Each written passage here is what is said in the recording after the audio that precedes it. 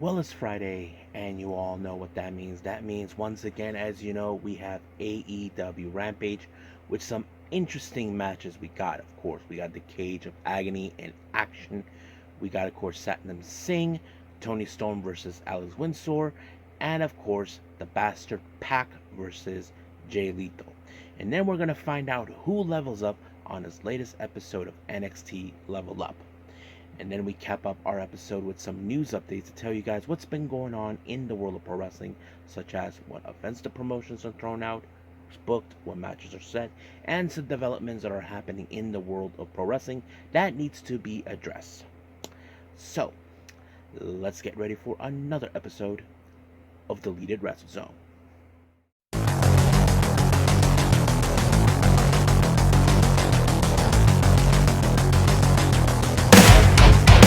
Are you ready? Get up, get up! Get up, get up! Get up, get up! Get up, get up! Get up, get up! Get up, get up! Hey everyone, welcome to Deleted Wrestle Zone, all things that is pro wrestling with AEW, NXT, New Japan Pro Wrestling, TNA, the National Wrestling Alliance, various promotions, wrestlers, matches, and championships.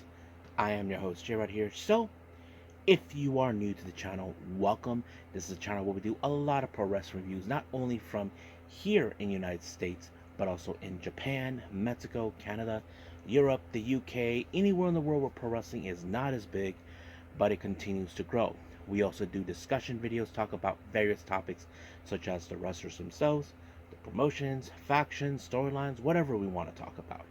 We also do more news updates. If I'm unable to put it on this episode, I can put it on a separate video by itself. We also do real timing news updates to give you guys alert of if something has happened in the world of pro wrestling that needs to be addressed ASAP. We also do the Unagi Sayaka Watch and various other cool things as well. So if you like what you see, please subscribe to us. So click on that subscribe button. You'll be getting a lot of daily reviews and other cool wrestling content as well. But if you like this episode, please give us a like on the like button or a nice comment in the description down below. Now, all introductions are set aside. It's time to give it all what you got, Captain. So let's move on and start with AEW Rampage.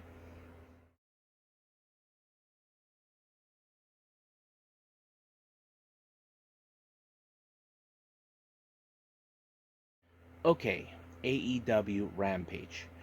It opened up with women's action. We have Toni Storm taking on Alex Windsor. So if you guys ever seen her, she has wrestled all over the world in Japan, mostly in the UK and all that. And if you guys know this or not, she is of course Will Ospreay's real life wife. So it's pretty interesting that now he comes and she comes to with him. But it's great. She did put out a video promo about I don't want to face this fake Toni Storm. Like, she wants the Toni Storm that we actually know and love. But we got this one. But you would think that Toni Storm will be put up to the challenge against someone like her. But however, somehow Toni Storm was able to avert disaster in this match and put on the Storm Zero in order to pick up the win. But now she has to put on a little bit more focus. As you know, she will be facing Mina Shirakawa at the Forbidden Door. Now we do see a little interview with, of course, Harley Cameron. Of course, what's her name? Arkaby actually had a little talk with her. Of course, Saraya is not there because apparently Saraya doesn't need to be there because she's making a declaration because she is already declaring herself that she's going to win this year's Owen Hart tournament, and in hopes that she will win back, of course, giving her once again her Wembley Stadium moment like last year. So that's what she decided not to. That's what is going on. Now, our next match is going to be the Cage of Agony.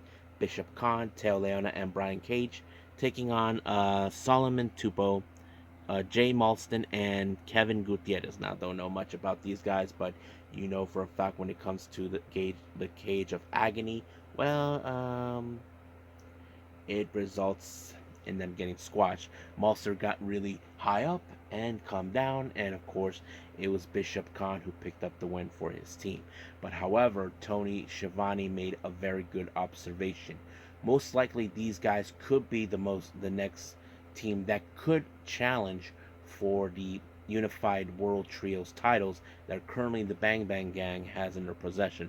But we will continue to observe that whole scenario as well. We know there's a lot of trios that will love nothing more to get a shot of those trios belts as we speak.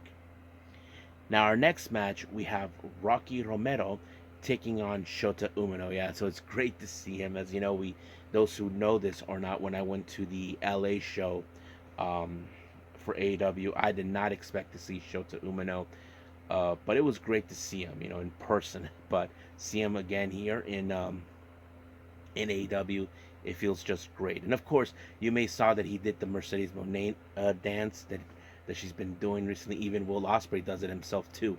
But of course, Will Ospreay's the one who got Shota Umino to do that.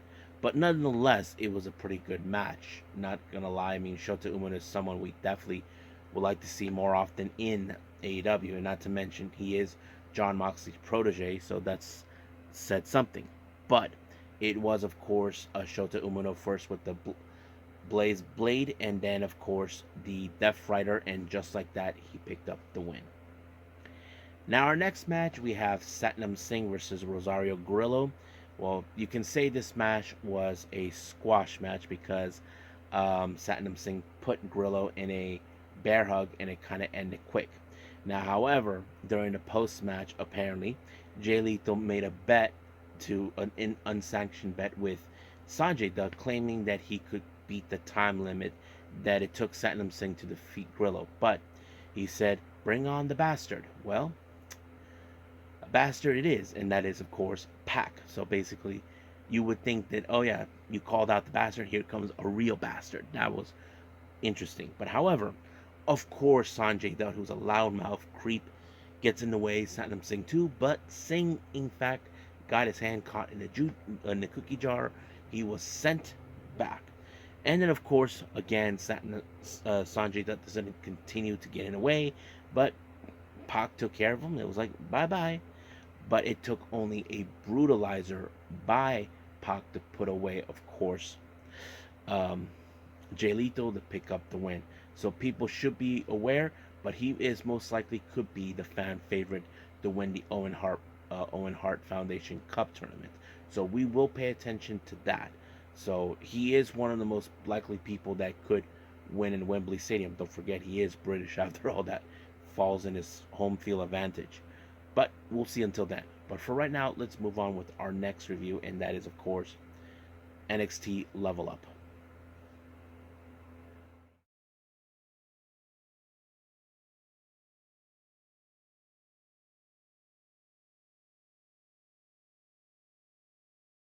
Okay, our last review, NXT Level Up.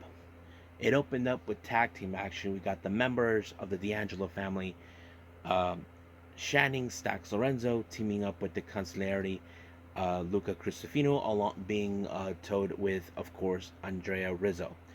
They take on what's their name? Oh yeah, Shiloh Hill and Jasper Troy. Now we have seen Jasper Troy before, so it's no secret about that. But however, they Troy and Hill really stepped up their game a little bit, being a first time makeshift team. They take on a team that's already been getting along great, but most likely the team that would get back on the hunt for the NXT tag team titles, which is common.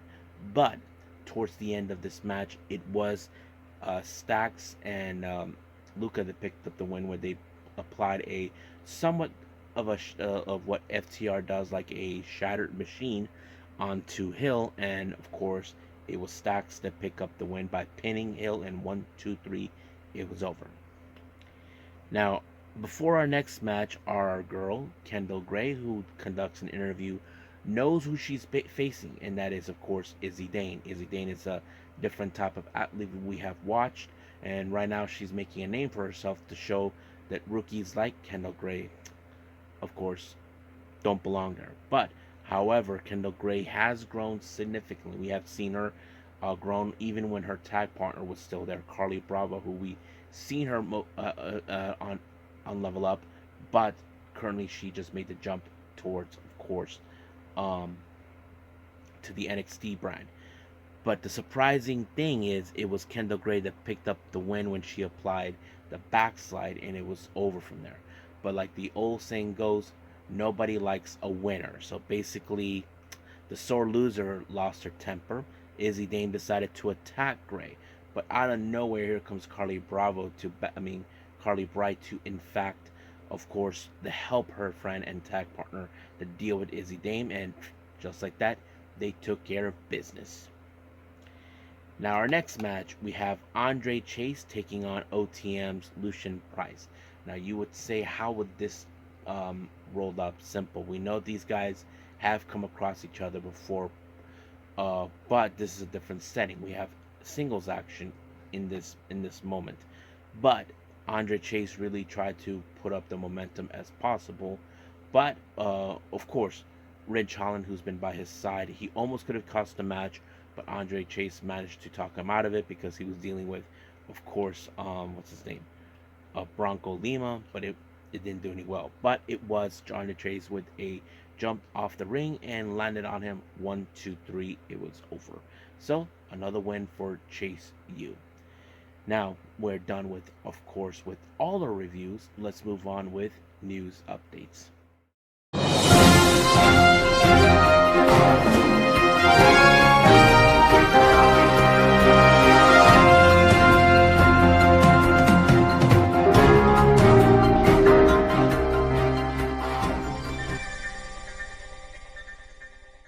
Okay, so welcome to our news update. So this is what we have for all of you. Let's begin with updates with the upcoming events from the promotions themselves. First one, as you know, later on this month on the 27th of June in Shinkiba, Evolution will have Volume 13. I think this is their full card involved for this one. I don't know exactly what the order is going to be, who's the main event, who's the semifinal, but here's the matches that were announced. We have Zones. She teams up with Soy. They take on Unagi Sayaka and, of course, her former mentor, Yuna Manase. Now, this is not the first time these two appeared. They actually won their previous match that involved Chi Chi. And now, speaking of Chi Chi, she teams up with Yu. When they first started out, of course, Yu defeated Chi Chi, but they will team up this time to face against someone named Aki Shizuku, someone who I'm not familiarized with, and her tag partner is none other from, of course, Rebel X enemy, Maika Ozaki. We do have Momoka Hanazono taking on Riara, which is going to be interesting. Now, there are some min matches involved. We have Dan Tamura versus Takuya Nomura, and then, of course, we have the GM himself, Shuji Ishikawa, teaming up with his buddy, Black Mansuri. They take on Yuji Ino, and a guy I don't know, his name is Tamato Kaji. So don't know that guy. Now, Sendai Girls will have their next upcoming event for July on the 17th at the Edion something. But yes, the match that was announced is our current women's champion Mika Iwata taking on Rena Cross. Kitsune Women's Wrestling has announced a match for this Sugo event that will take place on the 14th of July. And this one was a request from Marika Kobashi. According to the promoter, she requested a top tier competitor, and she gave her, he gave her J Rod. No relations, guys. My name is with the J point period Rod. This one is J dash Rod. So yeah, in my early time I did use that name, but I stopped completely. So that match has been announced, and then finally for the homecoming event by GCW in night one, Ultra Mantis Black will be in action. He takes on He's Very Nice and Very Evil. Now for some interesting developments taking place.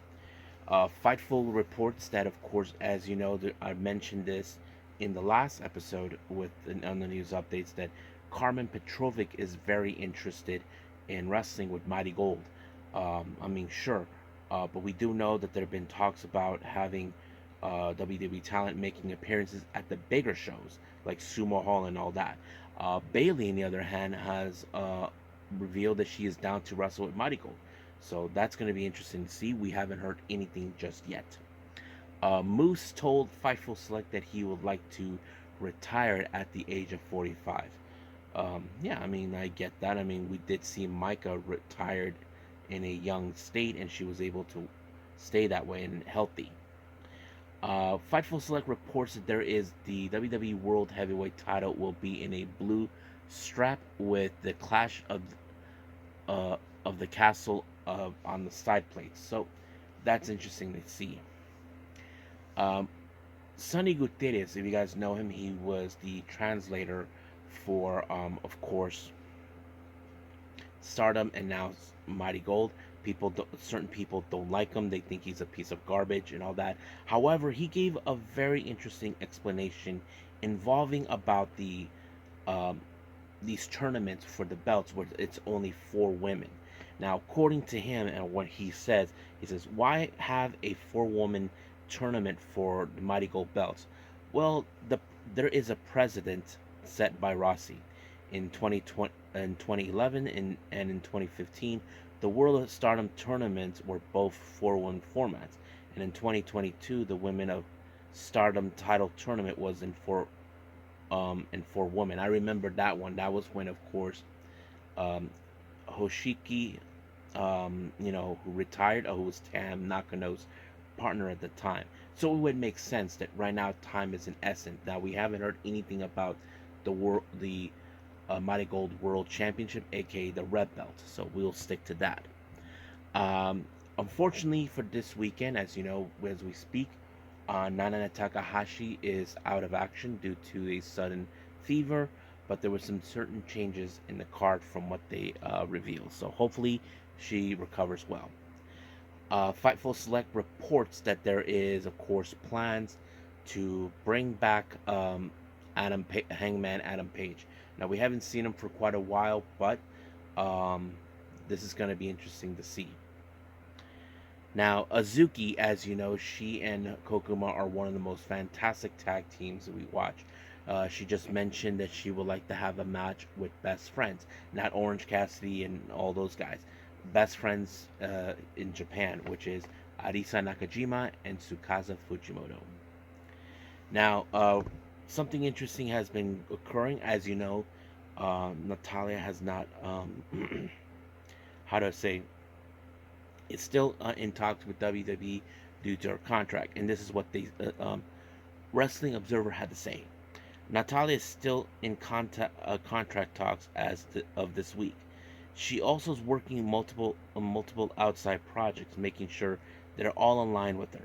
So basically, there are negotiations towards it. I mean, people have been recently talking about this, but yeah. Now, reports also coming in from Wrestling Observer towards, of course, Ricochet. This is what they said about, of course, the possibility this past Monday may not be Ricochet's final WWE appearance. There is enough time they could bring him back to a different ending. And the reality is, people can also change their mind. WWE was not wanting to lose him. Obvious, the angle was done to give him a great reason to return if he had second thoughts. WWE has ideas for him both if he was staying as well as ways to write him out, but he chose but in WWE preferred to tell us that they believed that he was leaving. So basically, they were hoping there's that. Now, but they continue on about something else. The Wrestling Observer continued about a WWE star commented on the angle between Brock Breaker and Ricochet. Um, One WWE star noted to us that it seems too elaborate for an angle to do for someone leaving, especially with the involvement of Samantha Irvin in the angle, although they were under the impression he was leaving. So basically, that is the same old thing. Now, if you guys know this, very soon, this was on the X account, on X by Natsupoi. As you know, Natsupoi talked about her masked friend, and this is what she had to say. A friend of mine coming to Osaka on the 16th. It'd been a while since I last played, so I was really motivated, but I can borrow your custom. What? For now, Poi will be absent. I think she's playing with Tam Nakano, trust me. But this is what Tam responded when she saw this. Yay, a masked woman trio? It's lonely without Nanshin. Please stay in my second. I have a feeling that Natsupoi is going to wear a mask. I mean, has she ever wore a mask? I don't know. But anyway, we'll see what happens this coming Sunday. So as of right now, I think we are done with everything. So let's just call it a day. I hope everybody enjoys this episode. First things first, I want to apologize to people.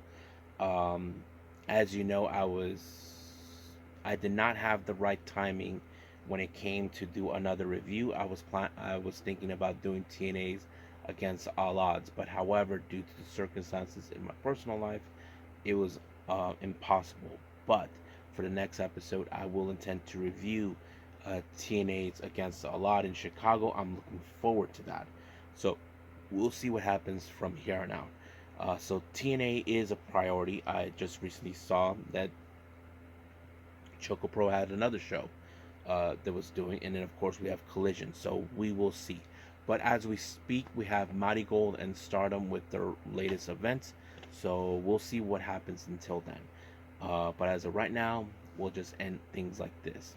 So until then, I will see you guys in the next DWZ time. Same DWZ channel. I must bid all of you adieu. So, goodbye. And have a nice day. Bang.